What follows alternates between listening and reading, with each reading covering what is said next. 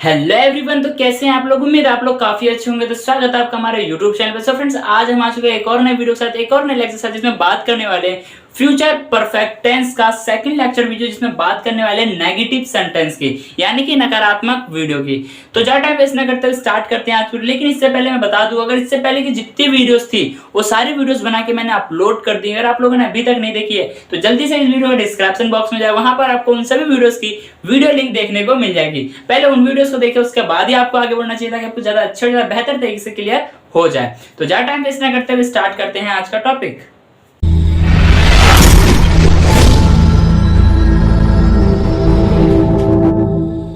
So friend, जैसे कि मैंने बताया, आज हम पढ़ने वाले हैं फ्यूचर परफेक्ट टेंस का नेगेटिव सेंटेंस। सबसे पहले बात करते हैं हमारे टॉपिक की।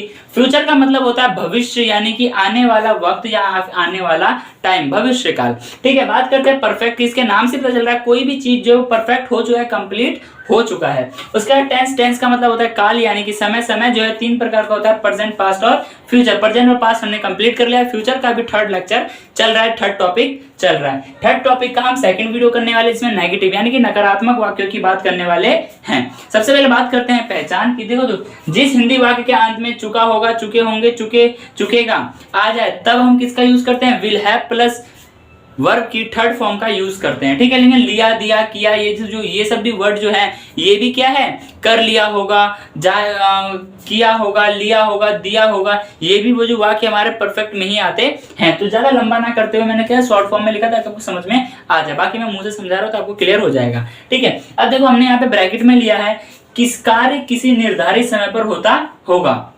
यानी कि या फिर हो रहा होगा या फिर हो चुका होगा। ठीक है, हो चुका होगा, बढ़िया लग रहा है। देखो इसमें क्या है, past sorry future perfect tense में इसमें क्या है कि कोई भी काम जो है वो हमारे आने वाले टाइम पे किसी एक निर्धारित समय पे वो काम जो है कंप्लीट हो चुका होगा। ठीक है, जैसे कि मैं पढ़ा चुका हूँ, इस तरीके से सेंटेंस हो सकता है। लेकिन आज हम नेगेटिव की बात कर रहे हैं, तो नेगेटिव में कैसे बनेगा? मैं लिख नहीं चुका हूँगा, मैं जा नहीं चुका हूँगा, तुम बोल नहीं चुके होगे, डॉक्टर के आने से मरीज, डॉक्टर के आने से पहले मरीज मर नहीं चुका होगा, या मर नहीं लिया होगा, भाग नहीं लिया होगा, कुछ भी हो सकता है। ठीक है, तो देखो जब हमें हिंदी में चल जाती है तो उसको इंग्लिश में ट्रांसलेट करने के लिए हमें बेस चाहिए, एक स्ट्रक्चर चाहिए होता है। तो देखो स्ट्रक्चर क्या है, सबसे पहले आएगा हमारा सब्जेक्ट, उसके बाद आएगा विल, उसके बाद आएगा नॉट, उसके बाद आएगा हैव, उसके बाद आएगा वर्ब की थर्ड फॉर्म। देखो जब आपने अफर्मेटिव की वीडियो देखी होगी, हमने क्या किया था, वहां पे विल हैव दोनों को साथ में किया था। लेकिन ओनली अफर्मेटिव में विल हैव साथ में आएगा, बाकी और किसी भी सेंटेंस के साथ में नहीं आएगा। तो यहाँ पे क्या हो जाएगा, विल के साथ विल आएगा, उसके बाद नॉट आएगा, उसके बाद हैव आएगा। यानी कि अभी अलग अलग चलेंगे हमारे तीन, यानी कि इस वीडियो को छोड़ के दो लेक्चर वीडियो में हमारे अलग अलग ही चलेंगे। इतना क्लियर है? हाँ सर क्लियर है। उसका आता है वर्ब, वर्ब यानी होता है क्रिया। क्रिया क्या है? क्रिया यानी होता है काम जो उसमें हो रहा है, उसकी थर्ड फॉर्म आपको लिखनी है। और सब्जेक्ट, सब्जेक्ट यानी कि आपको पता ही है, कर्ता जो भी उस काम को कर रहा है। तो हमने कुछ एग्जांपल्स लिखे हैं, उन एग्जांपल्स को करते हैं ताकि हमको ज्यादा अच्छे या बेहतर तरीके से क्लियर हो जाए। ठीक है, तो देखो पहला एग्जांपल क्या है, मैं पढ़ा नहीं चुका हूंगा, मैं पढ़ा नहीं चुका हूंगा। अकॉर्डिंग टू रूल बात करते सबसे पहले सब्जेक्ट। सब्जेक्ट कौन है इसमें? पढ़ाने का काम कौन कर रहा है? मैं का इंग्लिश क्या हो जाएगा? आई। उसके बाद क्या आ जाएगा? अकॉर्डिंग टू रूल क्या आ जाएगा? विल। ठीक है, आई विल। उसके बाद क्या आ जाएगा? नॉट, यानी कि क्या आ जाएगा? नॉट आएगा। मैं नॉट को हाईलाइट करता हूं। उसके बाद क्या आ जाएगा? हैव आ जाएगा। I will not have. उसके बाद वर्ब यानी कि क्रिया, काम क्या हो रहा है इसमें? पढ़ाने का। पढ़ाने का इंग्लिश क्या होता है? टीच। टीच की थर्ड फॉर्म क्या हो जाएगी? Thought, TOUGHT, thought. देखो वर्ब की अगर आपको ये सेंटेंसेस करने हैं, वाक्य, अगर आपको वाकई में इंग्लिश बोलना चाहते हो तो आपको वर्ब की सारी फॉर्म, जो 5 फॉर्म है, सारी फॉर्म्स आपको याद करनी पड़ेंगी। ठीक है, क्योंकि फॉर्म्स के बिना कोई भी सेंटेंस नहीं बनेगा। नेगेटिव में आपने देखा हमने फोर्थ फॉर्म का यूज किया था, परफेक्ट में किसका यूज कर रहे हैं? परफेक्ट में थर्ड फॉर्म का यूज कर रहे हैं। तो और हमने अफर्मेटिव में फर्स्ट फॉर्म का यूज किया था। तो इसी तरीके से हम चलता रहता है। ठीक है, तुम सो नहीं चुके होगे, तुम सो नहीं चुके, सो कौन रहा है? तुम का इंग्लिश क्या हो जाएगा? यू। अकॉर्डिंग टू रूल क्या आ जाएगा? विल। नॉट को हाईलाइट करते हैं, उसके बाद क्या आ जाएगा? हैव। उसके बाद काम क्या हो रहा है यहाँ पे? सोने का। सोने का इंग्लिश क्या होता है? स्लीप। स्लीप की थर्ड फॉर्म क्या हो जाएगी? Slipped, SLEPT। उसके बाद नेक्स्ट क्या है? हम काम नहीं कर लिए होंगे, हम काम नहीं कर लिए। काम कौन कर रहा है? हम का इंग्लिश क्या हो जाएगा? We will not have. उसके बाद काम क्या हो रहा है यहाँ पे? करने का। करने का इंग्लिश क्या होता है? डू। डू की थर्ड फॉर्म क्या हो जाएगी? डन, DO एनी डन, क्या कर रहे हैं, काम कर रहे हैं, तो क्या आ जाएगा वर्क, WORK, वर्क। क्या हो गया, we will not have done work. उसके बाद वह जा नहीं चुका होगा, हमने अफर्मेटिव में क्या था, लड़की की बात की थी और यहाँ पे हम लड़के की बात कर रहे हैं, तो क्या आ जाएगा, सबसे पहले आएगा हमारा ही, यानी कि वह आ जाएगा। उसके बाद अकॉर्डिंग टू रूल चलेंगे तो क्या आ जाएगा, विल आ जाएगा। उसके बाद क्या आ जाएगा, नॉट आ जाएगा। उसके बाद क्या आ जाएगा, हैव आ जाएगा। सारी चीजें हमने रूल से ले ली, सब्जेक्ट ले लिया, विल ले लिया, नॉट ले लिया, हैव ले लिया। सर आपने तो कॉपी कर दिया, अरे नहीं जी यहाँ से लिया ना, ये देखो यहाँ से लिया, बाकी चीज कॉपी कर दी हमने। अब वर्ब को भी यहाँ से ले लेंगे। वर्ब क्या हो रहा है इसमें, काम क्या हो रहा है, जाने का। जाने का इंग्लिश क्या होता है, गो की थर्ड फॉर्म क्या हो जाएगी, गॉन। ठीक है, उसके बाद सीता खेल नहीं ली होगी, सीता खेल नहीं ली होगी। तो देखो सीता सब्जेक्ट, खेल कौन रहा है यहाँ पे, सीता विल नॉट हैव, काम क्या हो रहा है यहाँ पे, खेलने का। खेलने का इंग्लिश क्या होता है, प्ले। प्ले की थर्ड फॉर्म क्या हो जाएगी, प्ले, PLAYED, प्लेड। उसके बाद राम और मोहन बोल नहीं चुकेंगे, राम और मोहन बोल नहीं चुकेंगे। बोल कौन रहा है यहाँ पे, राम एंड मोहन।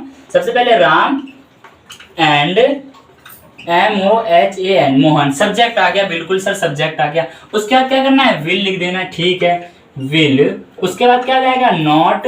उसके बाद क्या आ जाएगा, हैव। काम क्या हो रहा है यहाँ पे, बोलने का। बोलने का इंग्लिश क्या होता है, स्पीक। स्पीक की थर्ड फॉर्म क्या हो जाएगा, spoken, SPOKEN, spoken. Ram and Mohan will not have spoken. सारी चीजें क्लियर है। देखो कोई भी चीज जो हमने बाहर से ऐड नहीं किया है, सारी चीजें हमने रूल से देखते गए और करते गए। सबसे पहले देखो मैं पढ़ा नहीं चुका था, देखो मैं इसको एक बार एक्सप्लेन कर दूंगा, लेकिन पहले आप इसका स्क्रीनशॉट ले लो, या फिर जिन बच्चों ने कॉपी में लिख लिया बहुत अच्छी बात है, नहीं तो जिसने नहीं लिखा वो स्क्रीनशॉट ले सकता है, ताकि आपको जब मन करे तो आप उसको एक बार देख लो, जब भूल जाओ तो एक बार देख लो और याद हो जाए। ठीक है, आपको दो ही चीज बस याद करनी है, एक तो आपको रूल याद करना है मेन, उसके बाद हमें कहां पर, यानी कि देखो हमने क्या किया था इससे पहले जब हमने कंटिन्यू किया था उसमें हमने विल बी का यूज किया था, यहाँ पे विल हैव का। तो आपको हेल्पिंग वर्ब का पता होना चाहिए, पता करना पड़ेगा कि हम फ्यूचर कंटिन्यू में क्या यूज कर रहे हैं, फ्यूचर इंडेफिनेट में क्या यूज कर रहे हैं, फ्यूचर परफेक्ट में क्या यूज कर रहे हैं, फ्यूचर परफेक्ट कंटिन्यूस में क्या यूज कर रहे हैं, ये पता होना बहुत जरूरी है। ठीक है, तो आपको हेल्पिंग वर्ब याद करनी है, बाकी रूल आपको याद करना है। रूल याद कर लोगे कोई भी सेंटेंस है चुटकी बजाते आप क्लियर कर दोगे। ठीक है, इतना क्लियर है, हाँ सर बिल्कुल क्लियर। तो इस वीडियो को एंड करने से पहले बता दूं आज हम पढ़ क्या रहे थे। आज हम पढ़ रहे थे फ्यूचर परफेक्ट टेंस का नेगेटिव यानी कि नकारात्मक वाक्य। बात करते हैं पहचान के, जिस हिंदी वाक्य के अंत में लिया था, दिया था, चुका था, चुके थे, लिया, देखो चुका, चुके, चुकेगा, लिया, दिया, होंगे, तब आ जाए तो हम क्या किसका यूज करेंगे, विल हैव का यूज करेंगे। सब में गागा गागा आना जरूरी है। ठीक है, क्योंकि काम क्या है, भविष्य की बात हो रही है। थाती थे नहीं आएगा, है वो भी नहीं आएगा।